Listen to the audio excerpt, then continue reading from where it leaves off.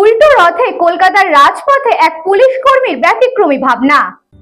পুরীর খাঁচা মানে আদি নৃসিংহ সুইটসের খাঁচা। স্বর্গদুয়ার থেকে মন্দিরে যাওয়ার রাস্তায় পিন্ডি প্যালেসের বিপরীতে মিলবে খাঁচার খাজানা আদি নৃসিংহ সুইটস।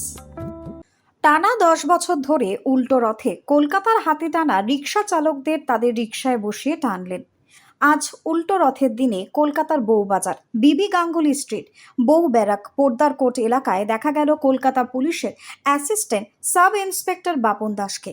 তিনি হাতে টানা 12 জন রিক্সাওয়ালাকে তাদের রিক্সায় বসিয়ে মিষ্টির প্যাকেট এবং নতুন গামছা পরিয়ে দিলেন এবং সঙ্গে দিলেন রিক্সা ভাড়া। আজ পুলিশের অন্য রূপ দেখল কলকাতার রাস্তা।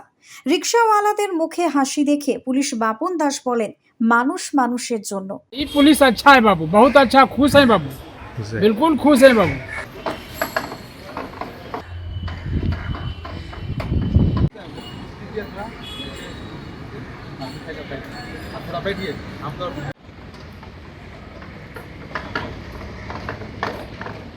ठीक है बाबू, थैंक यू।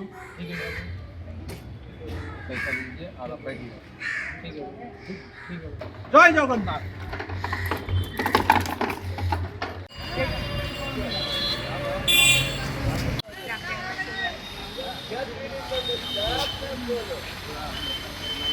চেষ্টা প্রতি বছরের মতন 10 বছর ধরে এটা করছি।